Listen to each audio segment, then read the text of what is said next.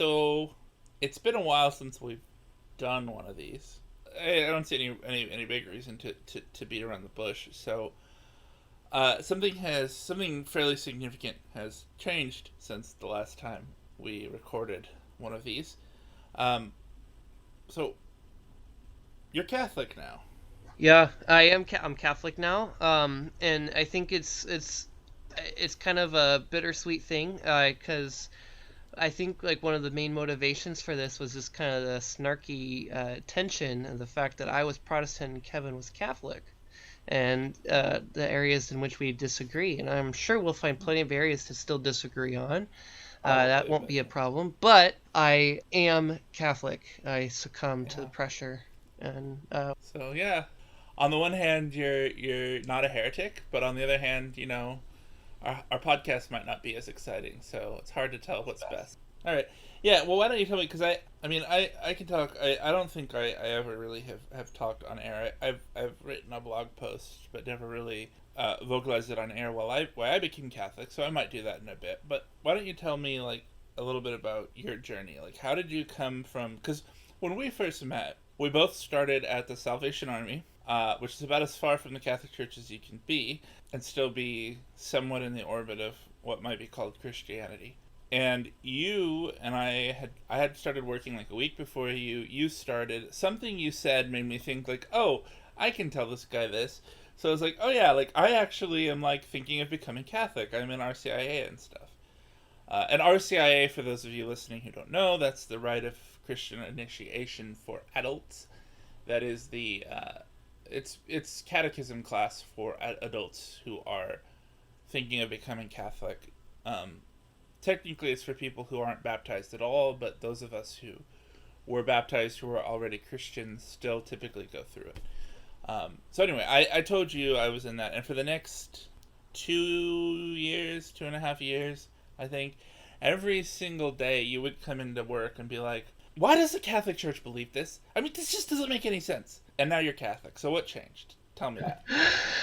yeah, that's pretty accurate. I think it's pretty interesting. I mean, I think this is unique from your experience, not better, but just unique because when I met you, you were essentially high Anglican and had been for at least some time.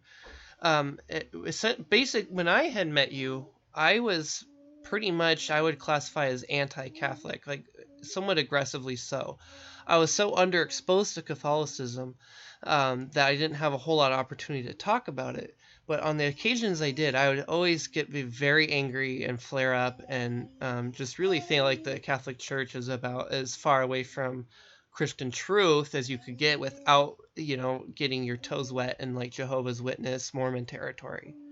And so I think I have a pretty unique perspective because there's plenty of nominal Catholics who grew up Catholic all the time, and there's plenty of, Protestants who've never really been exposed to Catholics or have been exposed and just think it's the most atrocious thing. That's pretty much the two sides you're going to get on. You don't have a lot of people who have both of that. I mean, there are plenty of Catholic converts, but in my community where I live, in the Pacific Northwest, is just not that much. So, um, yeah, what changed? It's probably about a million things changed. It was, there wasn't really a breaking point. It was so gradual, I didn't even notice it was happening, which I think is a good thing, to some extent. Because if I noticed it, I would have all right, come on, let's get our act together. Yeah, so it started with the Salvation Army. That was the turning point, and I think there's two aspects of what was going on with that situation, and one, of course, was meeting Kevin, and that's an important point I want to make. I'm going to make that later, but the other point was being a member, by signed contract with the Salvation Army based on my job description. Interject here on that regard because that was something that for those who don't, most of us are familiar with the Salvation Army to some degree or another. Like the most recent Spider-Man movie, Aunt May was working at the Salvation Army doing volunteer like homeless shelter stuff. Like it's everywhere, right? Everyone knows it. Um, but what a lot of people don't know is the Salvation Army is a church. It's a church with its own doctrines. Officially, they affirm that they're one part of the universal church. They definitely, when you sort of dig more into it, they definitely think they're the best part of that universal church. And one of their strongest distinctives is that they do not baptize. They don't think baptism is necessary. They don't even think it's important. And instead of baptism, they have people become official members of the Salvation Army Church by becoming what they call soldiers, and you get this like tacky uniform, which is what you've seen. If you've seen the Salvation Army in their tacky uniforms, it's basically their equivalent of like the priest collar. Anyway, go on. Sorry. Because the Salvation Army is it's a Protestant denomination, and it's kind of an extension of Methodism, and it's in there, and it's probably the most well-known and least well-known church, because everyone knows about the Salvation Army, as Kevin was saying, but they don't realize it's a denomination. And boy, this is a very unique denomination, and this was not something that I realized really getting into. So I earned my theology degree as a Protestant from a somewhat of the school was somewhat Baptist, but most largely just very general evangelical. And so I had some chops. I'm not an expert, and I'm still not, but I had some chops. So I didn't really know very much about the Salvation Army coming in, and really it was kind of somewhat obfuscated a little bit, I think, as I began the process of becoming hired there, meaning they weren't really being super forthright with really what makes them so distinct and unique. Yeah, right, exactly. So remember, Kevin and I were hired at the same time, almost. Our starting dates were right next to each other. And I really, I want to just confess here that I feel like that is somewhat providential. So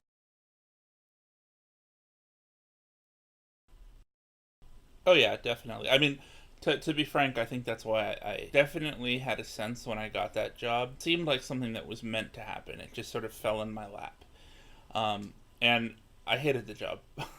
It was miserable, and so I've done a lot of thinking of like, okay, why was I there? And there were a couple reasons, but the major one I think was that I was there for talking, for your questions about the Catholic Church, but also, I mean, because one thing we can get into more later if we have time is that there were a lot you of became pieces Catholic at that the same contributed time. to my I mean, becoming during the time we Catholic. were working together, you were not Catholic when we met.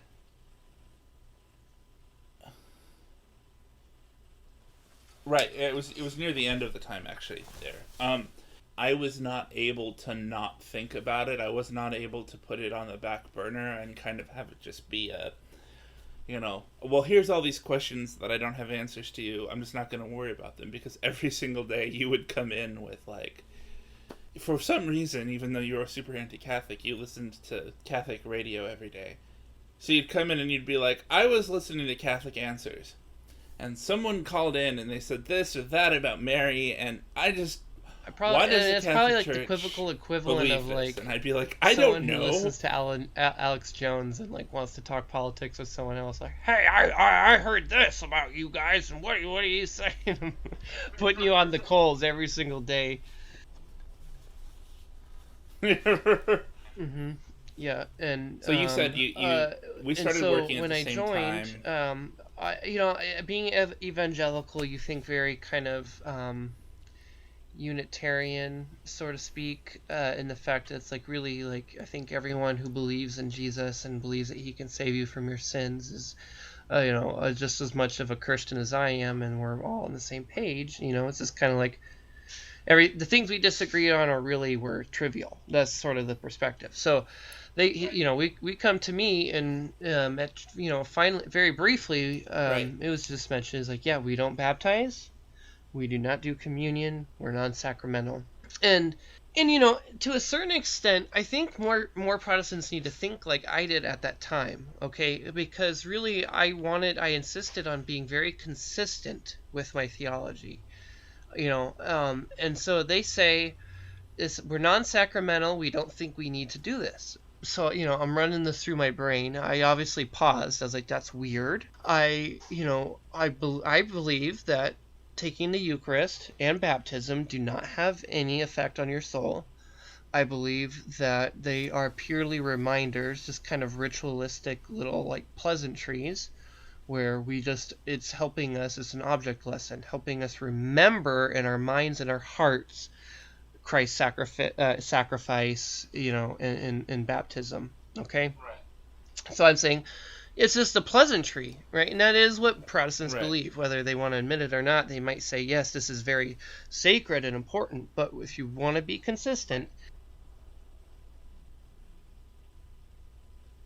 Right. Well, and to be clear, because we're going to get comments on this, to be clear, that's a certain species of Protestant, because there are Anglicans, Lutherans, some Calvinists that doesn't necessarily apply. Yeah, the there's vast definitely majority there's of there's quite a diverse non-denominational spectrum from the evangelical to the most and Protestant Baptist you can find. Yeah. There's a spectrum, and so you do have Anglicans and Lutherans, some species of Lutheran.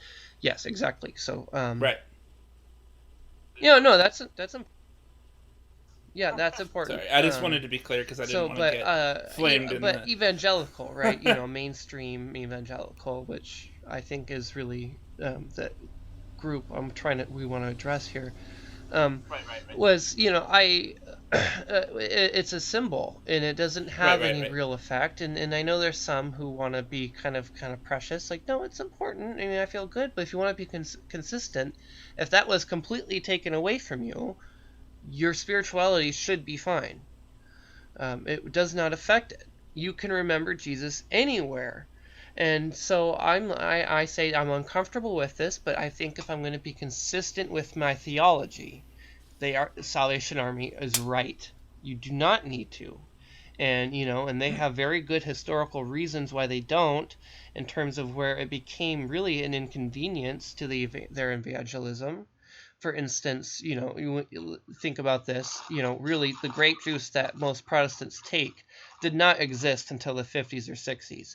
We didn't have the preservation to make it grape juice. It was wine before then for everyone. And so, and it's an alcoholic thing. Salvation Army, righteously so, made a big effort to evangelize to alcoholics, of the late 1800s and early 1900s. And when you're going to pass around communion and there's alcoholic wine, you're going to say, okay, listen, is this 100% necessary? Because we're triggering these people. And they said no, right? That makes sense. Really, they were right.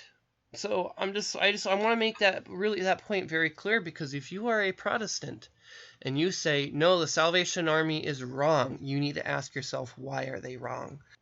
But it did make me uncomfortable, and I couldn't figure out why. Again, and now Kevin, who really is more educated than I am, and is more well-read. Okay, it's just a fact. All right. I'm more masculine than him, so that's where we make up. I'm reading literature. I went to the library, the Salvation Army building that we were working at's library, and I got their pamphlets that they had written in the past about their perspective, and I'm reading through scripture, and I'm listening to the Catholic perspective as part of this conversation.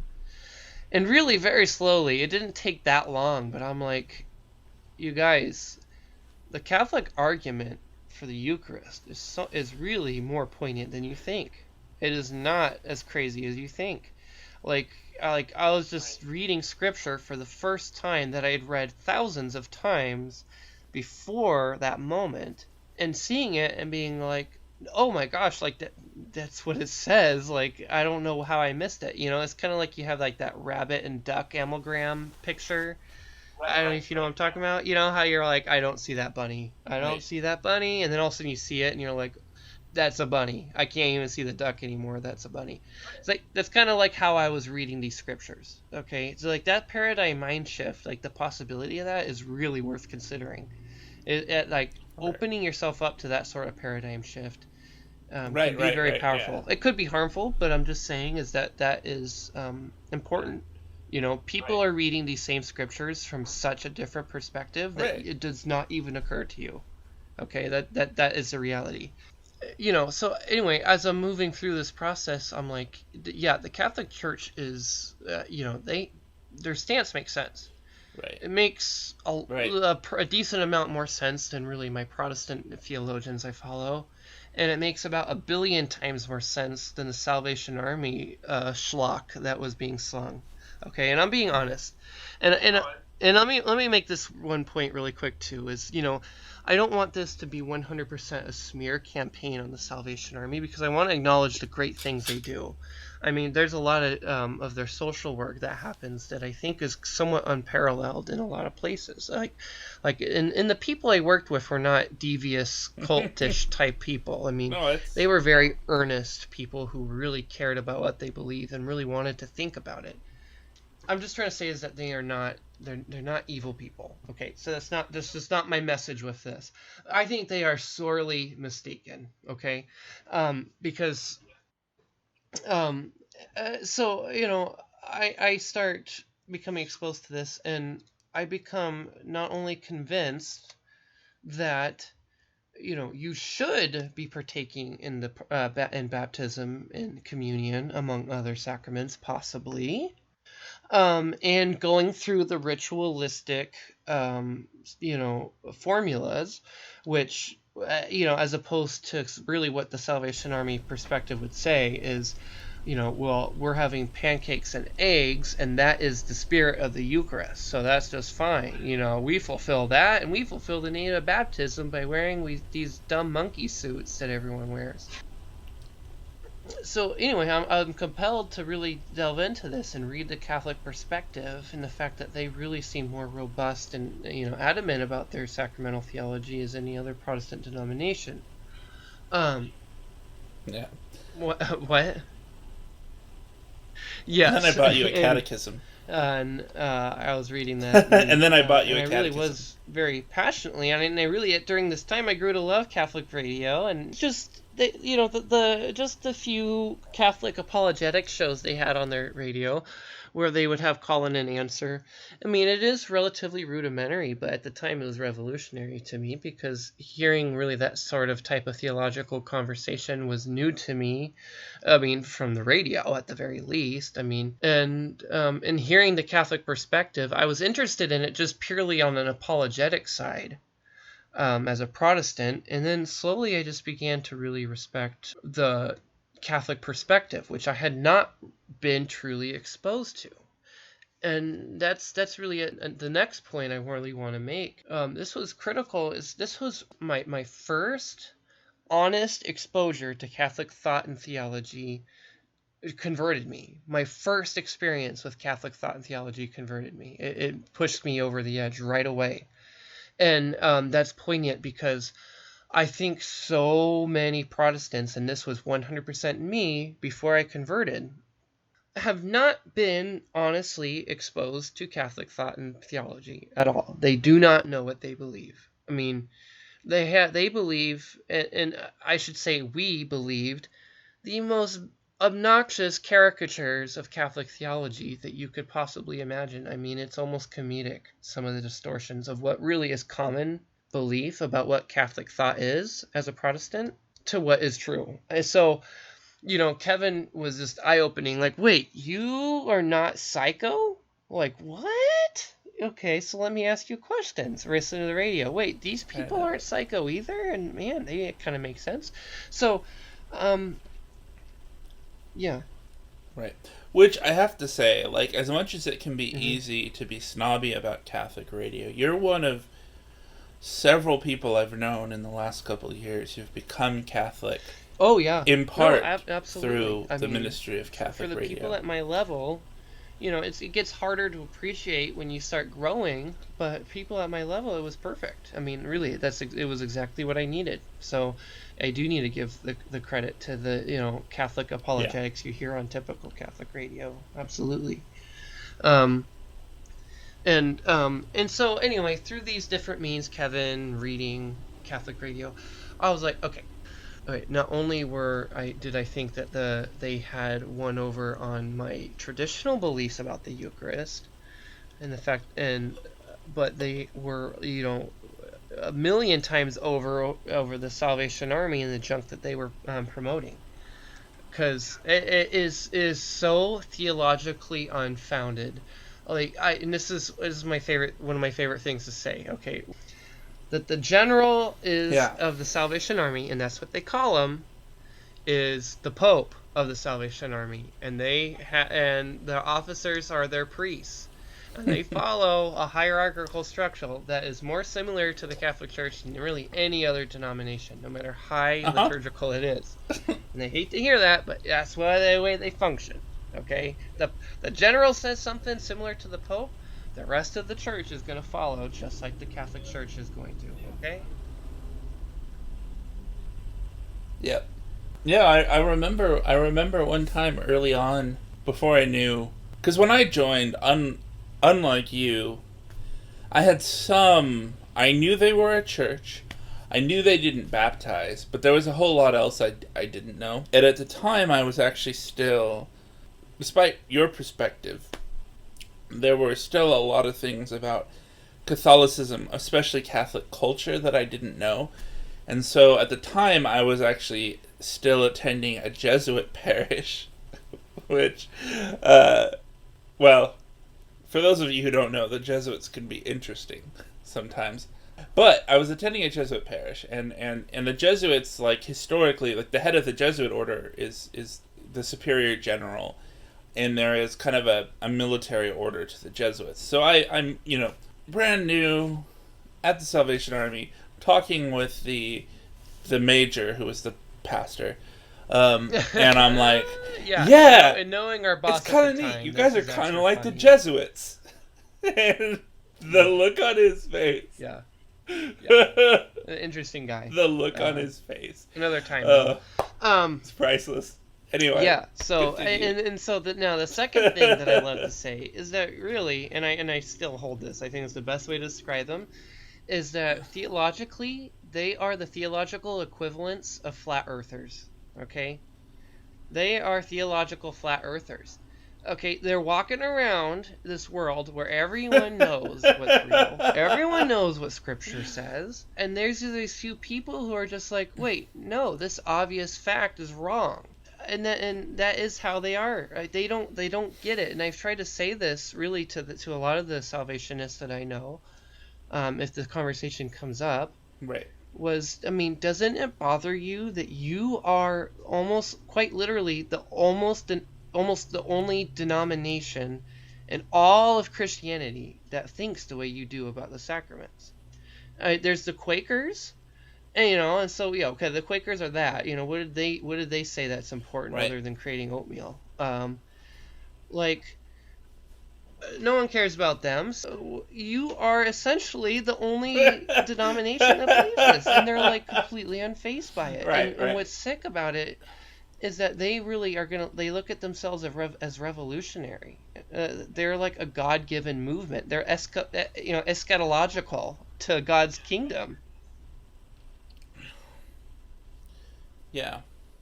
Well, yeah, the creepiest thing is the way they talk about William Booth, because they call him the founder, with a capital F, and there's just something about, like, the founder. It's like they have the kind of reverence towards William Booth. Their theology fell apart, and really because it fell apart so quickly St. Peter, against any sort of reason that I've studied, is that it's sort of that crumbling spread to really just the memorialist perspective on the Eucharist, where it is purely memory. Like, listen, if we need to do this, there's a reason. There's a good reason. And there's really just a million points. Like, I could write a whole book about, like, really why I think the Catholic theology on the Eucharist has won over on typical Protestant theology, but we just don't have enough time to talk about that. But they won me over on that. So, and that was really my first issue. Once I got past that stage where I'm like, okay, yes, you should do it. Yes, it literally administers grace, and yes, it is the real body and blood of Jesus. Once you get to that level, every fundamental of Catholicism revolves around that. that belief. Right. It is the absolute seed that Catholicism grows from. So it just was Yes. not that much time before I started to accept all the other hot topics of the papacy and Mariology, which was my the last one I came to terms with. But praying the saints and all that stuff, it takes over everything. I had no other option with that belief but to become Catholic. I could have became Orthodox. Yeah, definitely. But, I made this joke one time in front of somebody who I didn't realize was very interested in becoming Orthodox. But Orthodoxy is really, the first album was better, the religion. I don't know if you remember me saying that. That's how they are. The first album was better. And you don't have to read that far into their history to really stop taking them that seriously. So, and that's again another story. I love the Orthodox. Okay. Right. That is classic. So back on our other. So all of this was going on, and then your wife. Her family is very nominally Catholic. On her mother's side, and her grandmother was Catholic. She'd identify as Catholic. Her mother wouldn't, but she has Catholic roots. She's familiar with it, and there was a time really right in the smack dab in the middle of this where she went to her grandmother's funeral who had died. They were very close, and she went to her funeral, and it was a Catholic funeral because her grandmother was Catholic, and she came back, and she said, "Jacob," just very randomly, I think I want to become Catholic. And yeah. Yeah. More specifically, at least the way you told it to me at the time, I had probably actually entered the church about a week before, maybe a month. It wasn't long, because it wasn't. This is a story for another time, but it wasn't. I finally, because both of us had the struggle working for the Salvation Army. We have employment; it's our source of income. It's another church. If we enter the Catholic Church, that's going to cause problems with our employment. More so you than me, because you were a pastor and I was a business administrator. But I finally decided I just had to do it, so I entered the church. And pretty much, within weeks after that, I had another job option. It was really miraculous and wonderful. So it was within a few weeks after I'd become Catholic. I'm there, you come in, because I always had to be there at 8 a.m. and you'd you had night programs, so you'd roll in around 11 o'clock or whatever. So you roll in and you're like, "Hey, guess what?" I'm like, "What?" "Katie wants to become Catholic." It's like, "What?" And you're like, "Yeah." She went to her mom's funeral and then she came and she said, "I don't want to die a Protestant." And there's a lot of kind of tension that came from that. I was on my way, but I was still very resistant, and I was like, listen, you're wanting to do this, purely on aesthetic reasons. It's like you like the funeral procession and the beauty behind it, and that's what's motivating you, and that was my criticism. But she kicked back and she's like, no. And then really, if I look at it now in retrospect, it's just kind of like these seeds of truth kind of coming back up from what she was exposed to as a child. And she became Catholic and went through RCIA and really did not look back, not at all. Well, and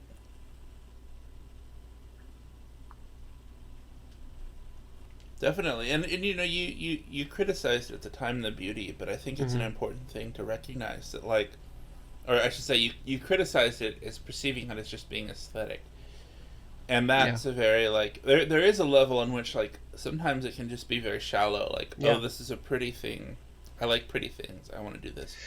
But there can also be a sense of real beauty. A little off subject, deeper than that. I think that's Catholic, what she encountered. And all Catholic liturgy and imagery and aesthetics at all is coordinated to instruct almost in a didactic way, but communicate the beauty of God. It's very intentional, and it works. And so you start to see their love for God in their liturgy and aesthetics.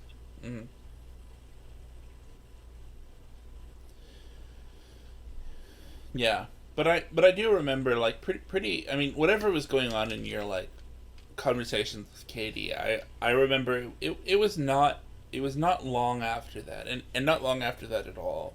You started talking about Yeah. like, if I were Yeah. ever to become Catholic, which I never would, Yeah. but if I Yeah, were, yeah, I think you're totally right, and like it was the writing was on the yeah, wall. you're right. At It was that very point. quickly where I started to kind of really finally just sort of give in, like, okay, I think I want this. Um, yeah, Although, yeah, I got to tell you another story because I think it's speaking of wives, my wife, Caitlin, her, yeah, which I mean, I think she was still my fiance when we last recorded an episode, so it's been a while, but she has just like laser focus charism of yeah, evangelism, and like she just reads these sorts of situations super well. And the very, very first time she ever met you and Katie, we came over to your house.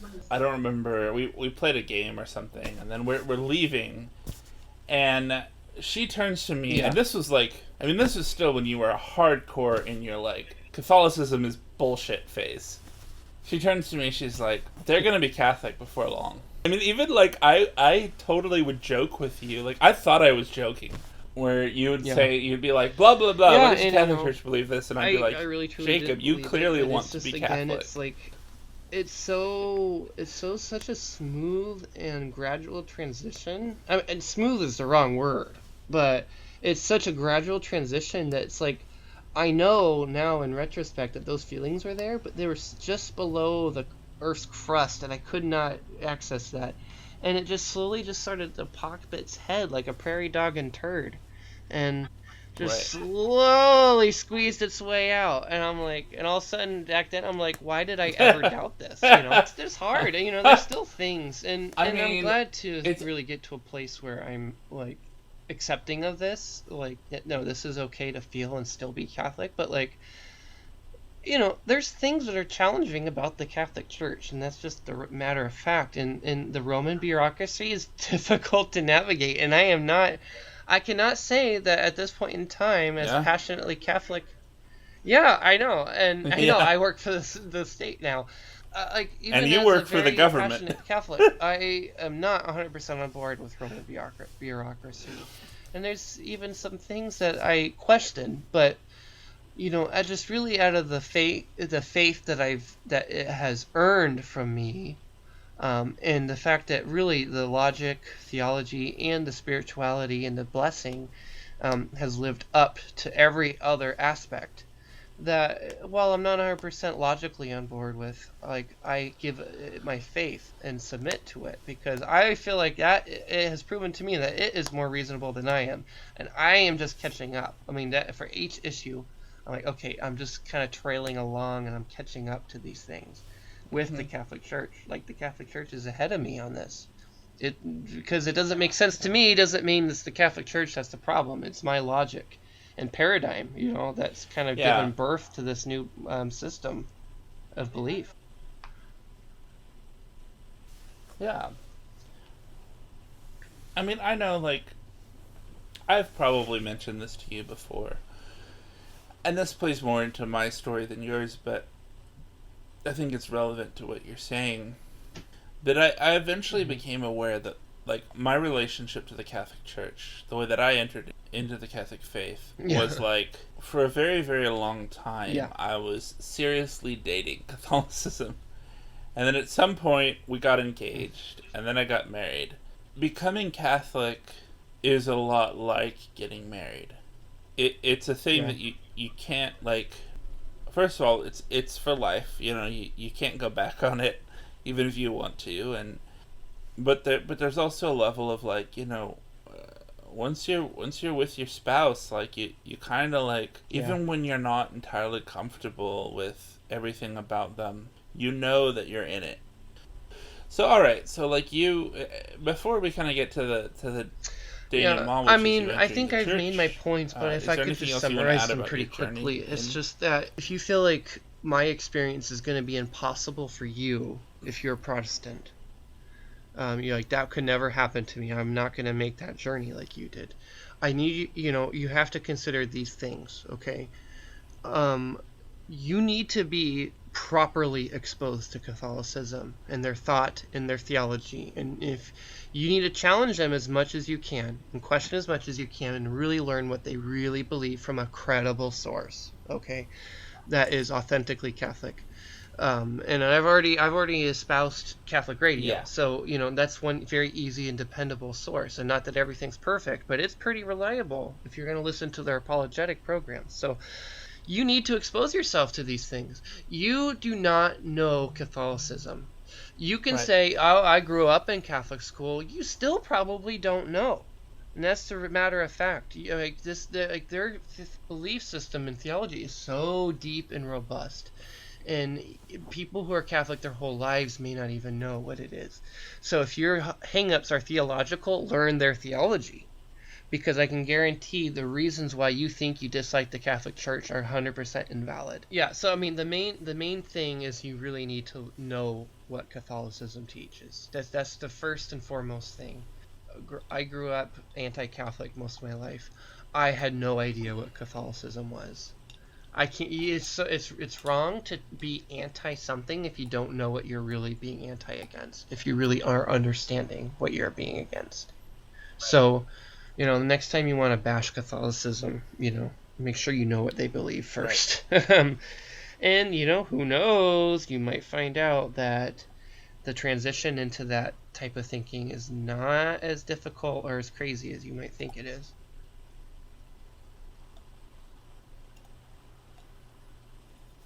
Mm-hmm. Particular expression of the way people come into the church that sometimes, one formulation that's sometimes used is that, there's, in God, truth and goodness and beauty are all one.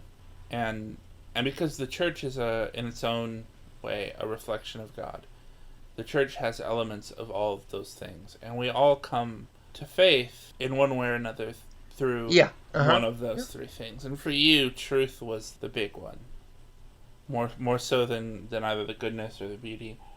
And then so then this last Easter you entered the church, and I got to be there with you, and it was a really fantastic experience, and I'm glad to have you with me as a absolutely. I mean, I think it's important. So, I mean, thanks for sharing the last point I want to make is that I know I'm already immediately going to be dismissed from most Protestant people. It's just I'm officially brainwashed and canceled.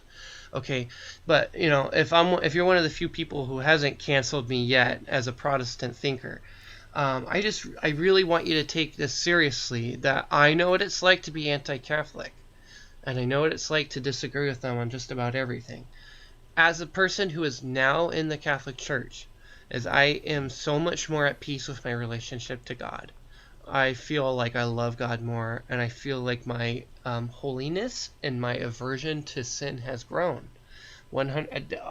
Absolutely, in extremely noticeable ways. All right? And you would hear that from anyone who converted to anything. Mm-hmm. Mm-hmm.